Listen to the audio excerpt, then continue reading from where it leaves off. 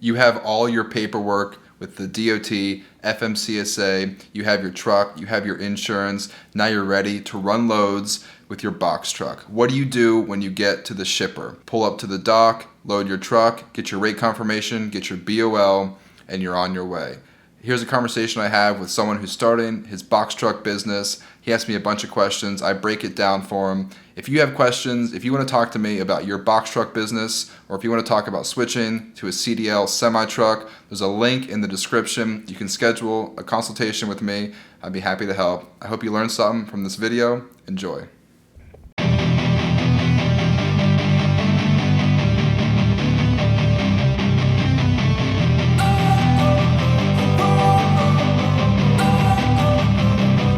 Don't wanna sleep in, cause I got something to prove. I gotta take what I hate and finally make a move. I think of you and... Hey, this is Zach Pasquarello. Zach Pasquarello? I'm good, how are you? Is now still a good time to talk? Perfect. So I guess you scheduled a 30-minute consultation. Does it take 21 business days? So you just applied last week on Wednesday. Do you already have a truck? Are you looking to buy a truck? Okay, so the one thing I'll say, don't worry about the 21 days. I don't know if it's business days or if it's 21 calendar days, but it's going to take you 21 days to get a truck. I would be willing to bet that by the time you get everything squared away, it's going to probably be more than 21 days from the day you actually run your first load. So don't worry about it. I would just focus on finding a good truck and getting a good loan, because it took me about 30 days to probably actually get hands on my truck from the day that I signed the bill of sale, because there's just so many steps that go into it. So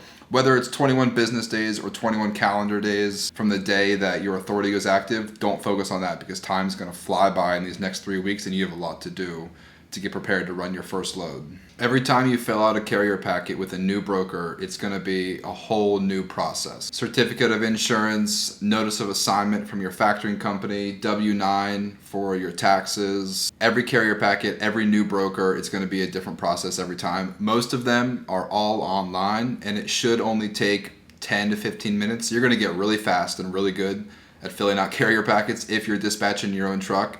And it's not going to take you more than 10 minutes to do it. I do it all the time, and it's a couple clicks of a button. They're all the same questions every time, especially for the big brokers. Same questions, same carrier packet, same documents. It's pretty straightforward. But yes, it's going to be a new document, a new carrier packet every time. Yep, yeah, certificate of insurance, W-9, and your notice of assignment. And most often, I think it's like RMIS. It's an acronym for some. It's like the insurance clearinghouse, maybe, with the Department of Transportation. A lot of your information is already saved through RMIS. So a lot of the information is already going to auto-populate every time you fill out a carrier packet. How often do you need to change your oil? I would say every 8,000 miles, yes. But it completely depends on the manufacturer and the type of engine. So yeah, Cummins. Yeah, I change my oil every 8,000 miles. And I'm running about 2,000 miles a week. So it depends on how many miles you run. But I would anticipate changing your oil once a month, every month. It costs me about $350 every time I change my oil. So for Planet, yeah, $350. And also keep in mind, if you're going over the road, this is something I learned the hard way. A lot of truck stops don't carry all of the fuel filters for box trucks. So find out what kind of fuel filter your truck takes, and then stock up on those fuel filters from the dealership, because you can also probably get them cheaper than you will from the mechanic. It's really easy to find out what kind of fuel filter your truck takes. You just get your oil changed one time, the first time, from the mechanic, and then on your receipt they're going to list every single part that they use to change your oil. They'll list the fuel filter, the oil filter, they'll list all those things, and then you can just take that part number and go straight to the dealership or straight to the internet and find those parts and buy them yourself. You can drive your truck from the dealership to your house or to your business without necessarily having your authority. As long as you have title, insurance, and a driver's license, you can drive the truck. You won't be able to move freight commercially with the truck until you have your authority. Yes, you need to put the name of your business, your DOT number, and your MC number on each side of your truck. I always recommend make the letters 2 inches tall. It's so easy to get a big magnet and just a white magnet with black letters, 2 inches tall. Put the magnets on the left door and the right door. I see a lot of people getting expensive, fancy decals that get applied directly to the truck. Don't do that. Don't waste $300. I spent $60 on 2 magnets. You can get them from any online car decal big store, or you can go to your local sign store and probably get it for 60 or 70 bucks. You need an electronic logging device. I would also recommend, you don't necessarily need this to be DOT compliant, but I would recommend get an Easy Pass or some type of toll transponder to go in your windshield. The FMCSA will send you a letter in the mail basically saying, congratulations, here's your authority is active as of today. You don't need to keep that in your truck, but I recommend definitely keep that, and I would take a picture of it, have an electronic copy of that on your laptop or your phone or your iPad. Just definitely keep that document safe. Some brokers and some shippers will ask for just your DOT authority document, so it's good to keep that handy. Any paperwork you get from the FMCSA, keep it in a binder, keep it safe, take a picture of it, scan it, upload it to your Google Drive, your iCloud Drive. Keep all those documents. There's an Amazon warehouse right in Pittsburgh. I see it on the Amazon Relay load board all the time. It's going to Ohio and Harrisburg and State College all the time. Amazon Relay is great for the first 30 days. It is difficult. Brokers don't want to work with you in your first 30 days. So if I were you, I would recommend work with Amazon Relay for the first 10 or 15 days while simultaneously checking the DAT load board for loads. You're going to be able to make more money if you run with DAT, but it'll be easier to run with Amazon, because with Amazon you're only going to be able to make $400 or $500 a day. But if you're running OTR, you can make $1,000 a day. Obviously driving more miles, but you'll be able to make more. Are you going to drive your truck yourself? Yeah, so you can get a dispatcher, and it might be beneficial to get a dispatcher for the first 30 days, but you will be able to get better loads for yourself than a dispatcher. Just simply because, not that the dispatcher is bad at his job, but the dispatcher has 10 other trucks that he's worried about, and his sole focus is not you and your truck. He's got to focus on his 9 other truck drivers. But you just have 1 truck, you're the driver. You can spend 2 to 4 hours a day dispatching your truck and finding that $2.50 per mile load that the dispatcher won't be able to find for you. So I would recommend, I have a dispatcher that I can recommend to you. He'll help you out for the first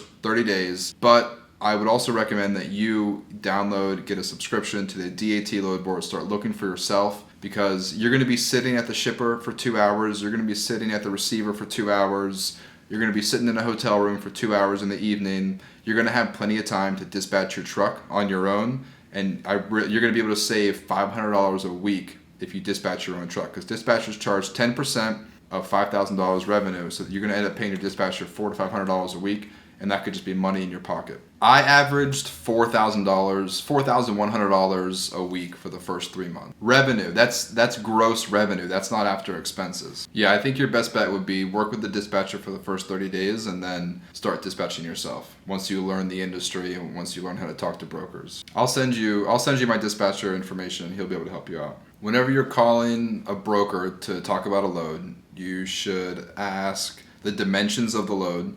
That's really important. Height, width, and length, because they're not all the same. The weight is very important. So you need to know how much your truck weighs empty. So fill up your gas tanks, put your pallet jack in the box. Obviously drive your truck to a scale and weigh your truck.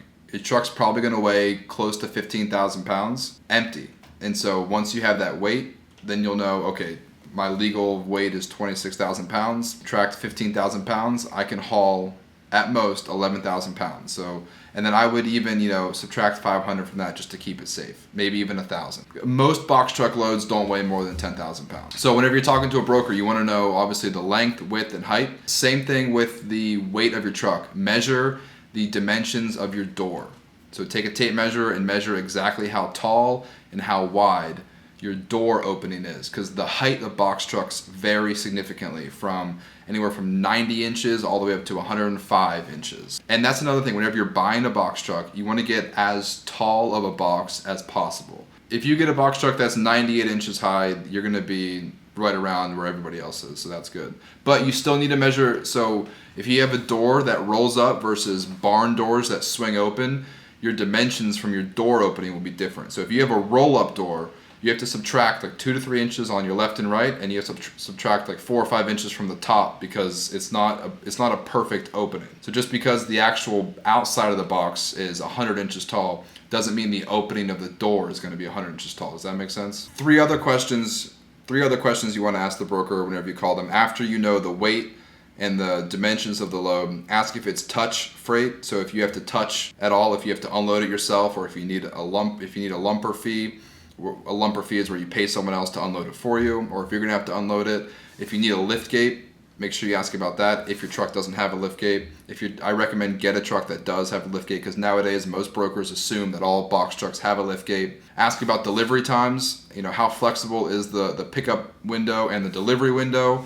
Is it, expedited freight that needs to be delivered same day, or can we deliver it next day? And then also, whenever you talk to a broker, be prepared to negotiate the rate. So you want to know whenever you look at the load board, it's going to tell you pickup and drop off. So you want to know exactly how much you want to move that freight for. So let's say, for example, it's going 500 miles and you know that you want to make $2 per mile. So you talk to them first, and you say, hey, I want to make $1,000 a mile. I want to make $1,000. I'll move this load for $1,000. I wouldn't necessarily do that. It's all a negotiation. So at first, you always want to go at your highest price. So if you want to move the load for $1,000, I would recommend telling them, hey, I'll move it for $1,500. And they'll say, whoa, that's way too much. You can say, okay, how about, how low can you go, or how high can you go? And they'll maybe say 900. You'll say, whoa, I need to move it for 13 at least. And they'll say, okay, we'll give it to you for 1050 at most, 1050. And then all of a sudden, you went from wanting to move it for 1,000 to now you're getting 1050. So that's kind of how you needed to negotiate with these brokers. Just, you always want $2 a mile, and you also need to consider deadhead. So just because you're picking up in Pittsburgh and delivering to Atlanta, you need to consider where you are right now. So it might be a pickup in Cleveland, which might be somewhat close to Pittsburgh, going to Atlanta, and the pay per loaded mile is great going from Cleveland to Atlanta, but you have to drive from Pittsburgh to Cleveland. So you need to factor that. It's called deadhead miles, where you're driving empty to go pick up. You need to factor that pickup, that deadhead, into your total rate per mile, because you're still wasting time. You're still spending fuel to get there. So that's not, you're not getting to the pickup location for free. Keep in mind, brokers don't care about you or your truck. They don't care. Don't go to brokers and be like, oh, I got a deadhead 200 miles to pick up this load. You got to give me an extra $100. Brokers don't care about that. And also, brokers don't really talk in cost per mile or rate per mile. Brokers just look at the total number, from my experience. Brokers only know they got to sell this load for 1,000. They're not going less than 1,000. They don't care about, I want $2 a mile. They don't care about that. So it's up to you to come to the table, speaking their language, and say, hey, I need $1,200 for this, not $2 a mile. I recommend using RTS as a factoring company, and I will send you their contact information. I've got a point of contact over at RTS, and they'll be able to help you out. No, they don't charge monthly fees. They charge 3% factoring fee. Yeah, I've only ever worked with TAFs and RTS, and I always recommend RTS over TAFs. Yep. Yeah, never move without a rate confirmation. And then always review the rate confirmation. Always read the fine print. This is a little side story, but I just got dinged with a $500 charge because my driver was a couple hours late. So just really read the rate confirmation carefully. It should have a pickup location, a pickup time, a delivery location, and a delivery time. Make sure you check the delivery time. Make sure you're able to hit that delivery time, because if you're late, they're going to charge you. And also double check to see how many stops there are. Sometimes it'll be a pickup in 2 or 3 places, or a delivery in 2 or 3 places, and you want to charge a little extra for that. Also, there's something called detention pay. So if you are sitting at the shipper or the receiver for more than 2 hours, you need to tell the broker, and they'll pay you $25 to $35 an hour for detention pay once you've been at the shipper or the receiver for more than 2 hours. And then there's also what's called a layover. So if you, for whatever reason, you pick up today and the broker tells you can deliver tomorrow, you get to the receiver and they say, hey, we can't unload you until the next day. That's called a layover. And so the broker should pay you between $150 and $250 for a layover if you're forced to wait an extra day to deliver. You're going to get to the shipper, you're going to go inside, you're going to talk to the lady at the desk, and you're going to tell them, hey, on your rate confirmation there's going to be a load number. You're going to say, hey, I'm here to pick up load number 123XYZ. She's going to say, okay, go to door number 4. Once you go to door number 4, you're going to back up to the dock door. And once you're backed up to the dock door, I would recommend going back in. You might have to load your truck yourself, so you're going to need a pallet jack. Don't ever let a forklift go into your truck. Forklift is way too heavy to go into a box truck. It's going to destroy your truck. So you're going to need a pallet jack. You might end up loading your truck yourself. If I were you, I would always take a picture of my truck once it's loaded, just so you have supporting documentation of the load, it's secure. You're going to need ratchet straps to secure the pallets inside your truck, or if you're picking up appliances or furniture or loose items, it might not always be palletized boxes, so you're going to need ratchet straps. I recommend getting 6 ratchet straps and get the ones with a 10,000 pound break point. And the last thing, once your truck is all loaded, ready to go, you're going to need a bill of lading, a BOL. Never leave a shipper without a paper BOL, bill of lading. And then once you get to the receiver, obviously the same process. Check in at the front desk, back up to the door, unload your truck, and then always have the receiver sign the BOL with like a date, a time, and a signature. And that's the documentation you're going to upload to your factoring company or send directly to your broker.